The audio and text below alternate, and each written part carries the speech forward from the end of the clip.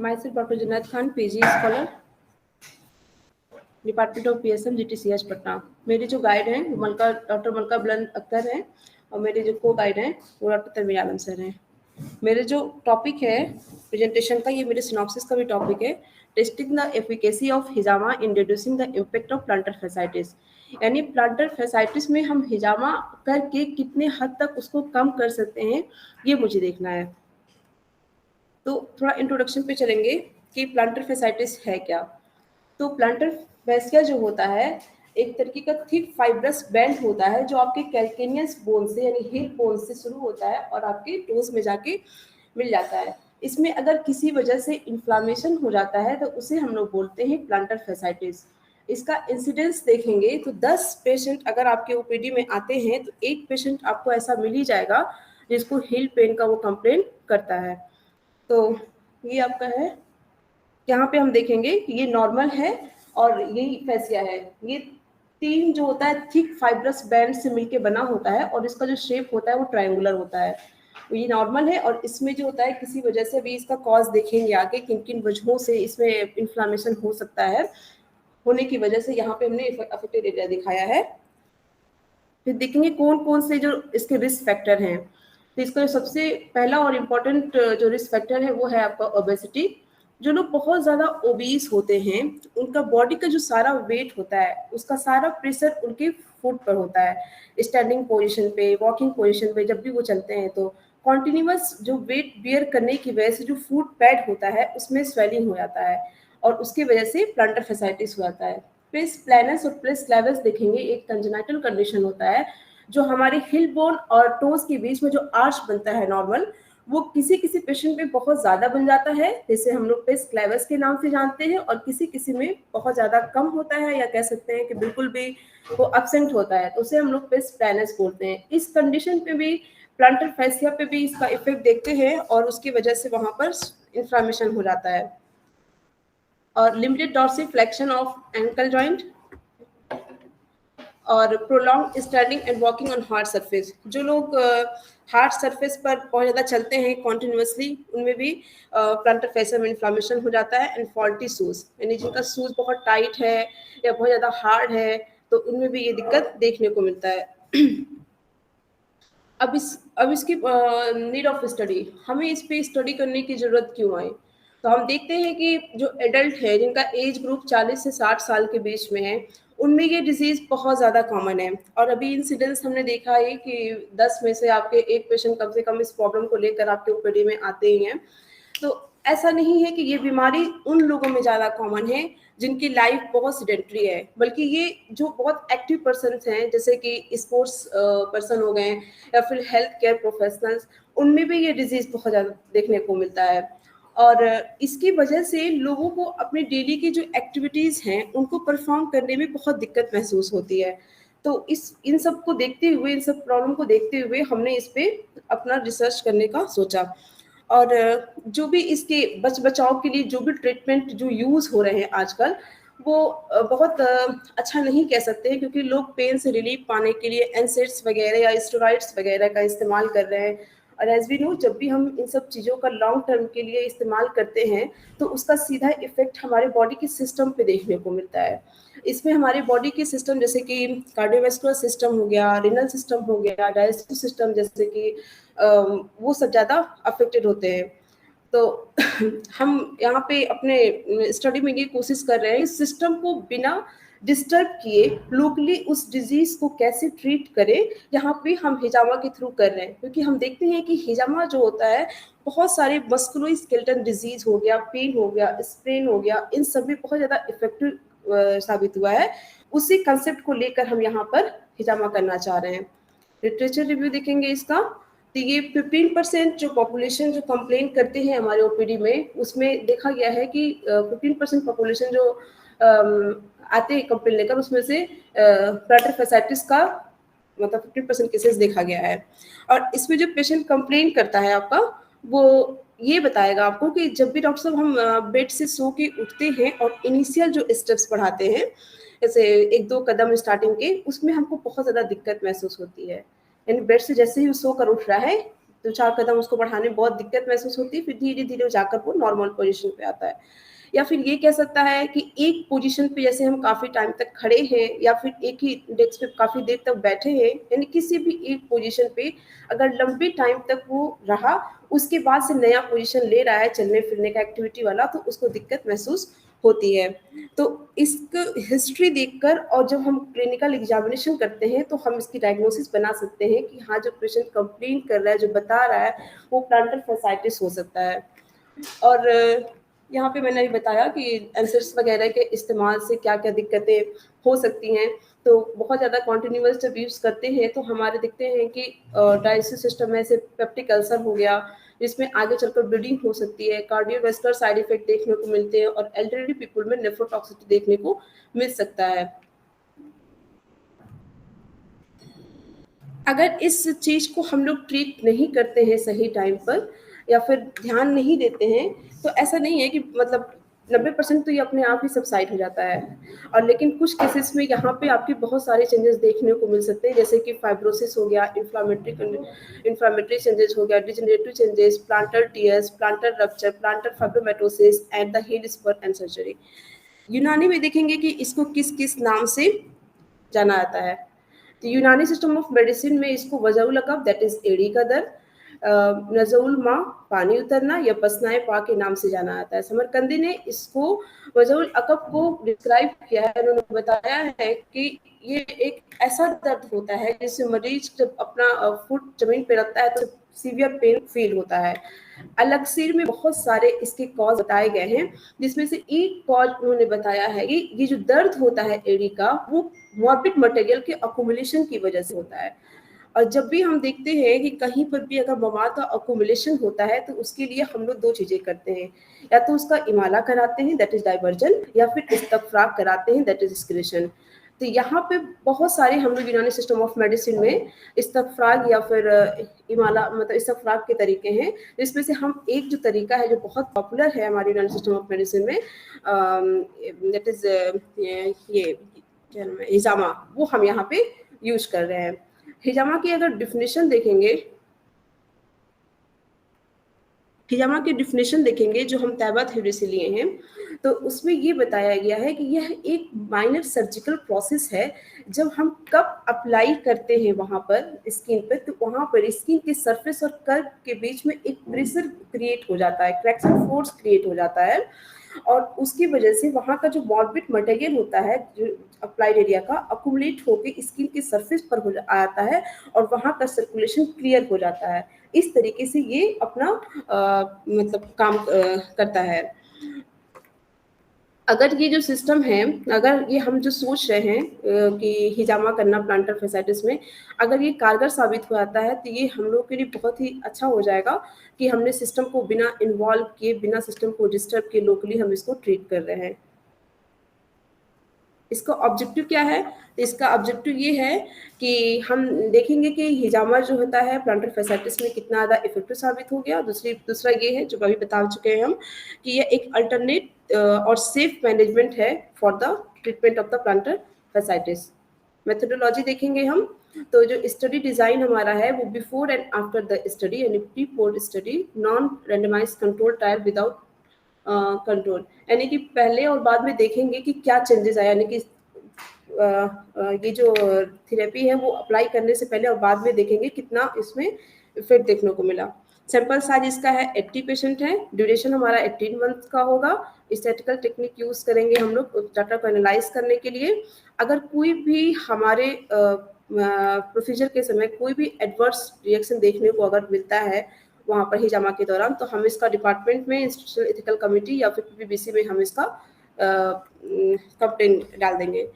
Source of the data जो हमारा होगा, हम अपने ओपीडी 4 ओपीडीज़ जो मेनली लेंगे, कहाँ-कहाँ से, मुआलजात से लेंगे, सर्जरी से, रेज़िडुअल थेरेपी जहाँ पे होती है और पीएसएम से, ये 4 जगह से अपना डाटा कलेक्ट करेंगे। और जो हमारा सेटिंग होगा वो एनाल्डोमो जो जीटी उसका है, टीएसटी का है, वहाँ पे करेंगे।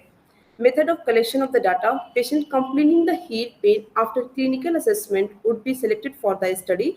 Assessment of outcome would be based on the visual analog scale. यह एक पेन स्केल होता है जिसपे हम देखते हैं कि कितना ज़्यादा उसका पेन बढ़ा है कि घटा है हमारे थेरेपी के बाद या पहले, ठीक है।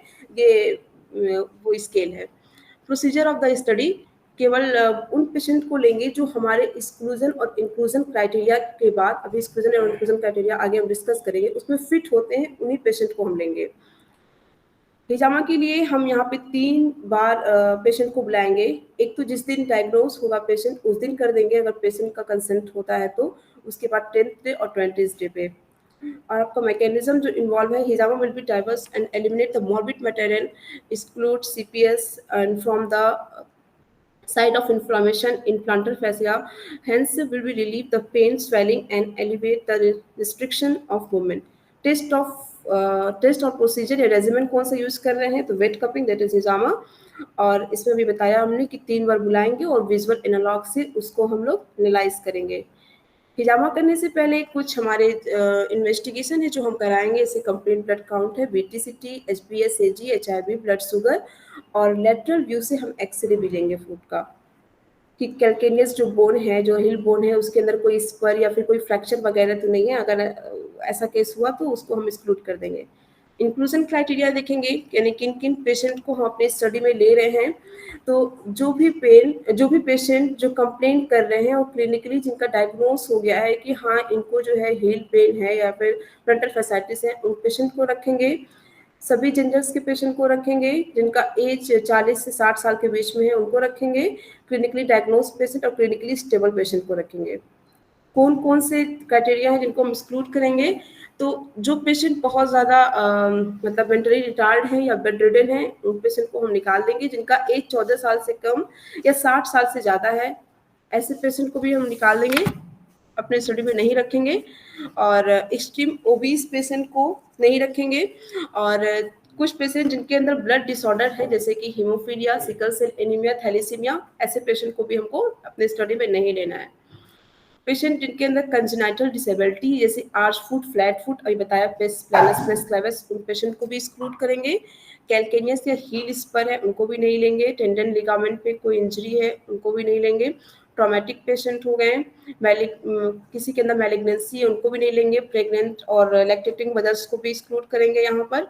और डीप वेन थ्रोम्बोसिस वाले पेशेंट या टर्मेटोमाइटोसिस मायोसाइटिस पेशेंट है उनको भी एक्सक्लूड करेंगे। Patient having the local wound and severe infections उनको भी एक्सक्लूड करेंगे।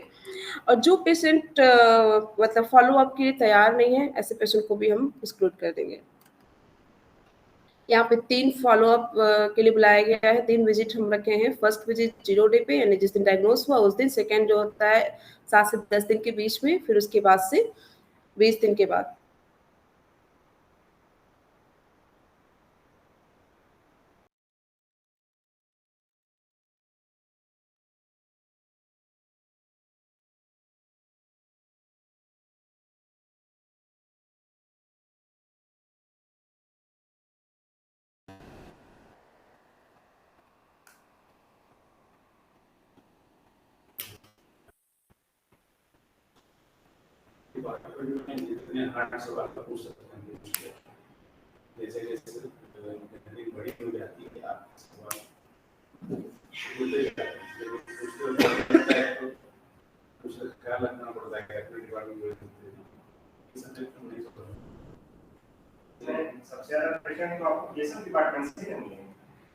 नहीं बॉस, हमने 4 ओपीडीज दिए हैं ना, वहाँ से अगर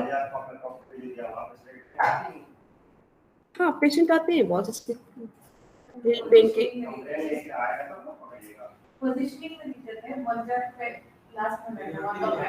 अच्छा नहीं बॉस, जैसे कि ये मेडिसिन का हो जाता है ना पोर्शन, तो इस वजह से ठीक पीएसएल पहले सवाल है, जैसे पेशेंट को डायग्नोज कर लिए कि इसको प्लांटर फैसाइटिस है, तो क्या सिर्फ हिजामा ही सर्च करेंगे, उसके अलावा और साथ में देंगे पेशेंट को दवा? दवा वगैरह तो हम यहाँ पे फोकस नहीं कर रहे हैं, हम मेनली हिजामा पे फोकस कर रहे हैं यहाँ पर। और ये भी अगर आप नहीं करें तो बाहर से एड्रेस नहीं ले। हाँ तो बाहर से ले तो वो फिर आपका स्टडी भी करो, वो हॉस्पिटल का आगे बिना बिल्कुल होते हैं सब। मेरा यहाँ पे है कि हिजामा से ही हम उसको देखेंगे और उसको बता देंगे कि आप हमको ईमानदारी के साथ बताइए कि इसका कितना इफेक्ट देखने को मिल रहा है। आप हिजामा किस जगह पे करेंगे? सिर्फ मीडियल मेलुनस पे करेंगे, यहाँ पे 1 कप मीडियल मेलुनस पे।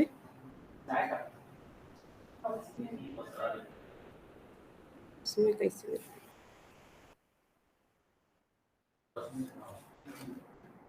बहुत मीडियल साइड में करेंगे, 1 कप लगाएंगे।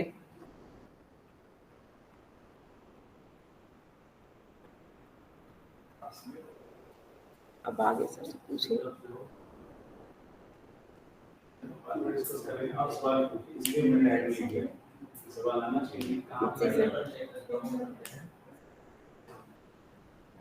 सर ये क्वेश्चन है सैंपल साइज इतना कम क्यों रखा है? अभी आपने बोला कि हर 10% में 1% ब्लड आता है, तो आपने सैंपल साइज 18 ही क्यों रखा है?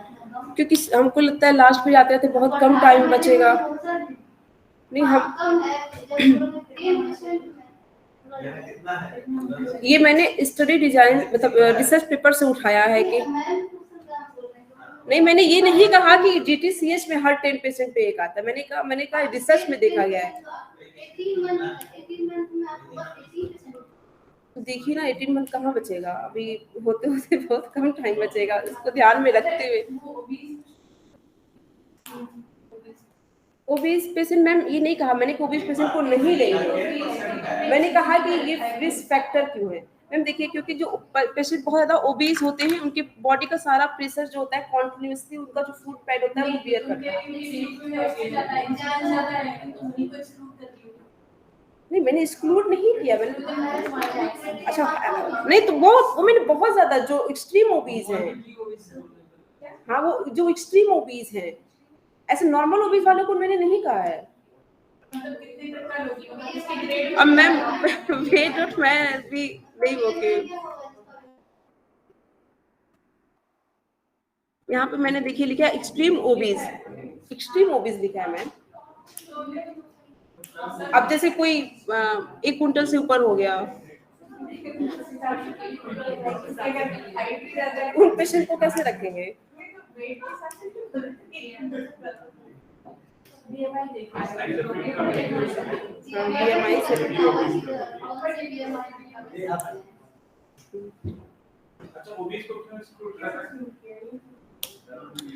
सर ये वो नॉर्मल ओबीस को हमने नहीं किया है, हमने बताया कि सर क्योंकि उसे बहुत ज्यादा डीप इंसिजन देना पड़ेगा ना हमको, तो इस वजह हाँ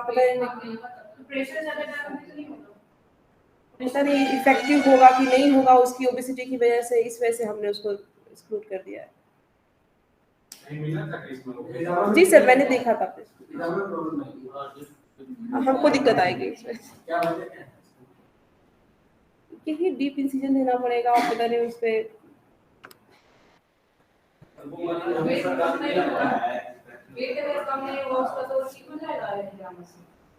क्या मैम? अगर ओबेस है, वेट कम नहीं होगा तो उसको ठीक हो जाएगा उसका प्रैक्टिस जाने से। ओबीस है और अगर वेट लॉस नहीं होगा उसका बाकी है ना उसका जमा करके आ जाएगा। मे बी मैम करके देखती हूँ।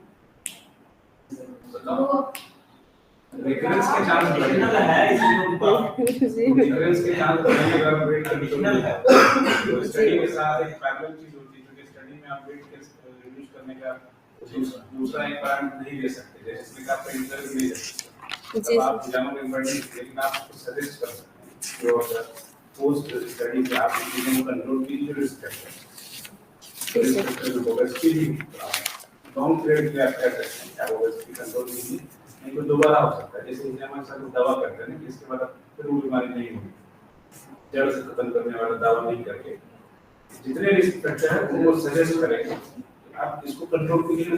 2 साल 1 साल बाद हमारे पास आना। एक इंसिडेंस में 10% बताया, कितने में 10% बताया? वो सिर्फ 15% बताया था। क्या बोल रहे हैं? 15%।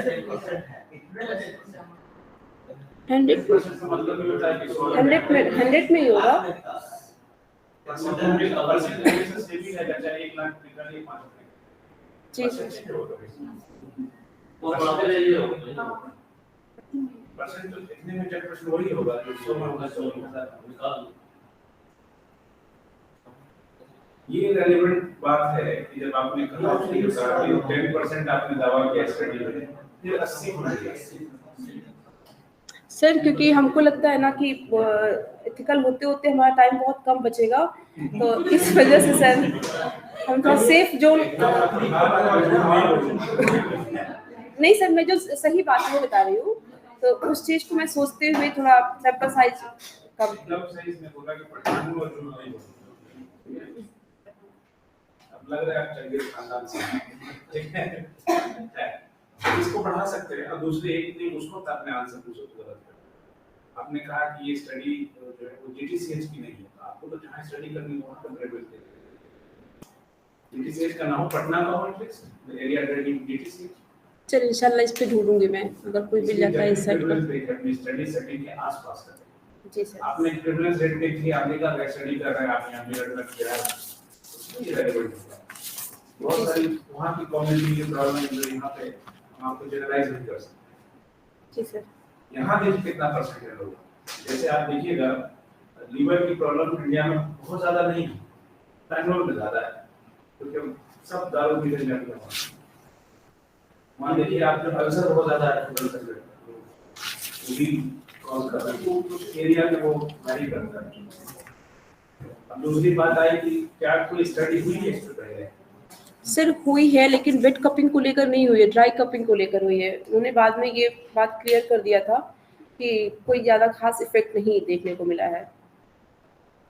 वो स्टडी निकाला है। जी सर, मैंने सर आपको दिखाया भी था।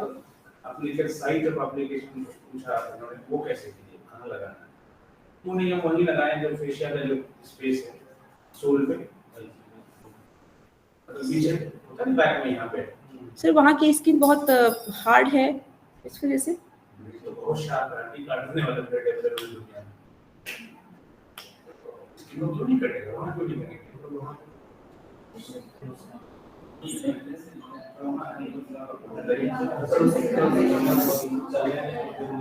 अगर वहाँ नहीं कर रहे हैं तो वजह होगी ना। सोचे लेते हुए फिर उसके बगल में कहीं करते हैं आप लेटरल और मिडिल वेरियस के नीचे। जी सर। ठीक है ना, कोशिश करते हैं कि आपकी थिक फाइबर के जो स्किन बैंड है सोल का वो नहीं कटे, इसलिए हमारे नहीं होता, ब्रीदिंग बहुत स्लो होता है। चलने में एक आदमी चल नहीं पा रहा है इसलिए जैसे आया फर्दर उसको नहीं चलने देना पड़ेगा। कौन ऐसा आदमी जो आपके उसके लिए भी एडमिट है? मशहूर का जवाब तो यही था कि उस पेशेंट को आईपीडी में डाल के काम करे, लेकिन ऐसा इन लोगों के साथ होता है जो सब ज्यादा काम करते हैं वो आईपीडी में नहीं होता। जी सर। फिजिबिलिटी के हिसाब से मिडिल और लेटरल मेडोरस के नीचे करते हैं हम लोग दोनों साइड। तब अभी इसलिए मैंने उसको नहीं लिखा कि ये चीज डिस्कशन मानना चाहिए, तब आप देखिएगा तो अच्छा लगेगा। कब का साइज क्या होगा, कितने कप्स लगेंगे, ठीक है? अच्छा ऐसा हुआ है ट्राई कब में उन्होंने कितने कप यूज किए थे, स्टडी कितनी बार किया था? रिटर्न में सिर्फ एक एब्स्ट्रैक्ट है मेरा इस पे और किसी ने अब तक इस पर कुछ नहीं किया। एक एब्स्ट्रैक्ट वही मैं ढूंढ रहा था अभी, ये एब्स्ट्रैक्ट एक सॉल्वर हुआ था, उसमें एक प्रोग्राम हुआ था national seminar on regional therapies, rural regional therapies programme government India, corona बाद कुछ लोग चेयर से बोल करवाया था 2000 पहले हुआ। उसमें एक एब्स्ट्रैक्ट हमने यूनिवर्सिटी की तरफ से देखा था और यही वजह थी कि प्लास्टिक फैसिलिटीज में निजाम हमने शुरू किया है 2013-14 की बात, 14 की बात हुई कि हमारे यूनिवर्सिटी के पार्टनर है उनके रिलेटिव थे, वो एसबीआई में काम करते थे और जब वो रिटायर हुए थे हील बैंड होता था, अब वो रिलेटिव थे तो हाथ डालना नहीं चाहते थे। अक्सर हम लोग जो डॉक्टर होते हैं ना तो अपने रिलेटिव को साथ वाले के पास भेजते हैं, तो घर वाले की कोई वैल्यू होती ही नहीं और थोड़ा इम्पैक्ट भी पड़ता है। उन्होंने मेरे पास भेजा कि रहीम से आया है, अच्छा करेगा आपको ना, ठीक है? तो शुरू क्या हमने किया था, वो इतना दबाव उनकी चल चुकी थी सारी चीजें, दूसरे उनको रीइम्बर्स हो जाता है एसबीआई वालों को, तो पैसे की कोई मतलब नहीं होता जानते हैं। तो वो 60-65 के एज पे थे, उनको हमने शुरू किया एग्जाम, कोई मैनुअलिस्ट के आसपास किया। उसका कॉन्सेप्ट वही था, हिमालय और इखराजी हुआ, ये दो कॉन्सेप्ट। जी सर। और जो प्रेशर पड़ता है ब्लड शक्कर जो थोड़ी पड़ी होगी लेबोरेटरी, उसके जी, सर। साथ एग्जूडेट्स है वहाँ से, जिसको कहते हैं कॉन्डेटिव सीपीएस पैथोलॉजिकल सब्सटेंस, तो मवाद कहिए एग्जूडेट कहिए। तो एक बार क्या, और 1.5 महीना हो गया, मुझे भी लगा कि यार क्या हो गया, अपने आप पहले भी जाता था, तो वो कहा कंफ्यूजन में तो क्या हाल है। मुझे लग रहा है 3 महीने से घर पे, वो जब से हुआ था तब से घर पे हैं, और मेरा तो ठीक हो गया ये एक सेटिंग।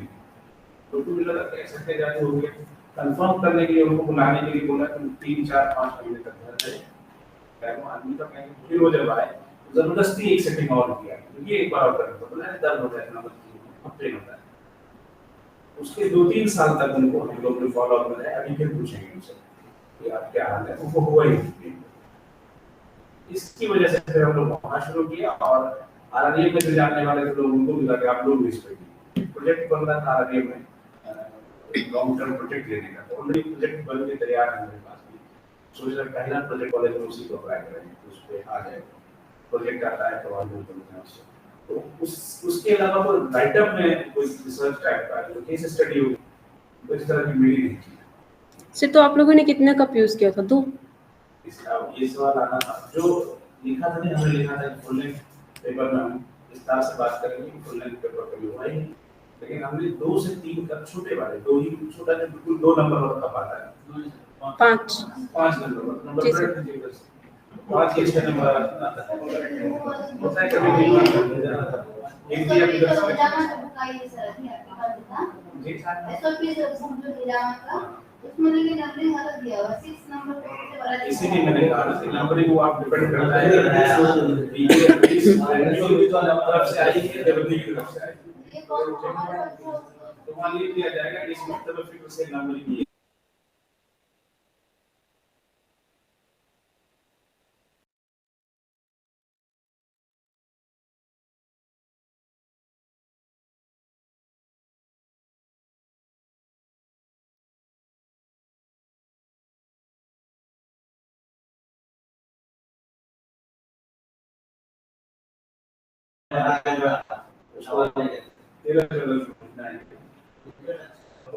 नाश्ते का सामान लेते हुए वीडियो कर रही हूँ ना। इसी चीज पे जाना का मैंने नजर हाँ जी रिकॉर्डिंग वहाँ से स्टॉप कर दिया। कर देते हैं। अभी क्यों करूँ गूगल पे? अब चूंकि एसओपी नहीं है जामा, ठीक है, जामा की कोई एसओपी नहीं है, तो आप इसके कप्स का रेफरेंस ड्राई कपिंग से चाइनीज थेरेपी में हुआ होगा जैसे। अब जो आप सिनॉप्सिस में मेंशन करेंगी, उसमें ये जो पॉइंट्स आए, इसके साथ आप जो वहाँ दिया कि स्टडी लाइन आगे बढ़ेगा। रेजिमेंटल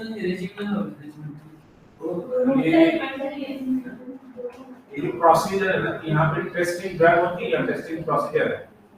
तो इस प्रोसीजर में आप क्या कीजिएगा कि कप्स के कितना कौन से नंबर और किस एरिया में पड़ा है, लेकिन एनाटॉमिकल होना चाहिए, ऐसा नहीं कि पिंडली के बगल वाला वर्ड नहीं सर। साइंटिफिक डायग्नोसिस कैसे बनाएंगे ब्लड साइकिस की वो जो कंप्लेन करेगा ना, वो एग्जामिनेशन करेंगे उसकी बेसिस पे। मतलब आप जैसे मैंने बताया ना कि पेशेंट कंप्लेन करेगा कि एक ही पोजीशन में काफी टाइम तक बैठे हैं और जब अपने कदम बढ़ाते हैं तो उसकी वजह से मुझे पेन होता है, या फिर बेड पे हम सोए हैं तो सुबह उठ रहे हैं तो कदम बढ़ाने में दर्द होता है। तो इसका ये मेन कंप्लेन ही है, और इसके कंप्लेन से और जब हम एग्जामिनेशन करेंगे तो पता कर लेते हैं डायग्नोसिस बनाने में। इसमें सर ने बोला है कब को ऐड करने के लिए यहाँ पे जो वेन्स होती हैं वो सुपरफिशियल होता है किसी लोग, आपके ऊपर के बॉडी में जो चीज लॉन्गिट्यूडनल होगी यहाँ पे ट्रांसवर्स है, मुझे लगता है कि ये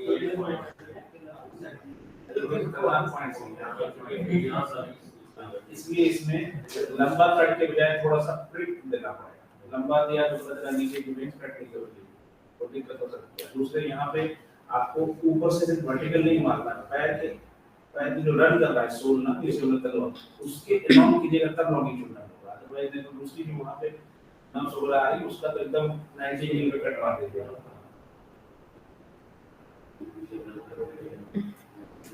ये शीट कट जाता है। आप किसी को इससे जो एक्सरे करवाया है ना वो कल के दिन फर्क शुरू कर देंगे, बहुत पेनफुल कंडीशन है, उसमें एकदम पर प्रेशर लगा के और दर्द बढ़ जाता है। अब वो भी जरूरत होता है, जरूरी नहीं कि एक्सरे से करने में उनको पता चले।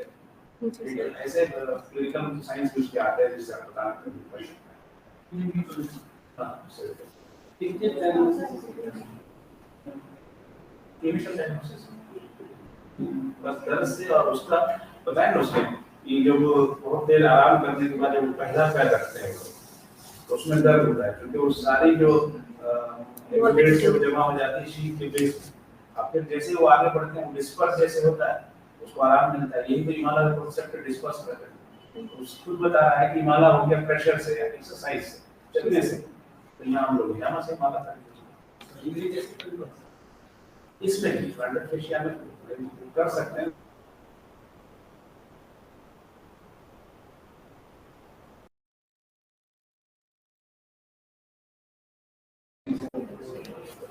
कैसे डेमेज की शायद आपको होम के अब हम इंडस्ट्री यूज कर रहे हैं तुरंत बैठेंगे लोअर फेवरेट साइड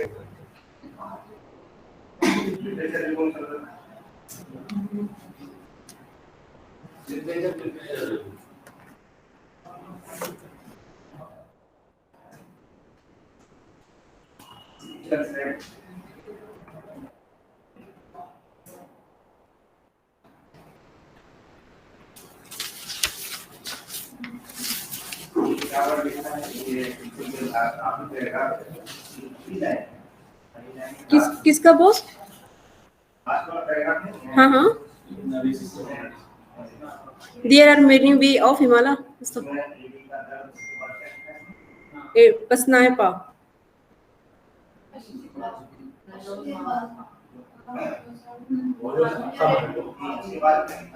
नजलउल माँ पानी उतरना। बॉस ये मैंने बुक से लिखा है।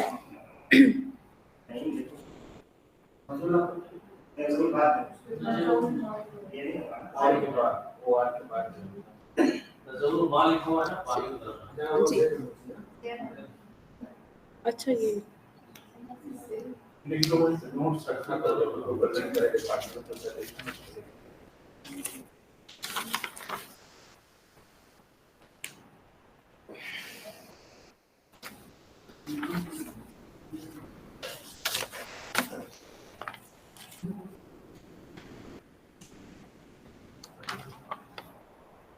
अच्छा ये फिर सवाल आएगा कि तुम मौलियात वाले करते हैं आप क्यों कर रहे हैं? क्योंकि सर हम लोगों में भी तो हिजामा वगैरह है। क्यों कर रहे हैं उसका जस्टिफिकेशन तो होना चाहिए ना। हम करेंगे कोई नहीं रोकेगा, ठीक है, सत्ता बदल गई तो प्रिवेंशन के लिए कर रहे हैं। तब लिटरेचर सपोर्ट आपको बचाएगा। ठीक है, आपका काम ऐसा हो चाहे बीजेपी रहे या कांग्रेस आए सब आपको जस्टिफाई करेंगे।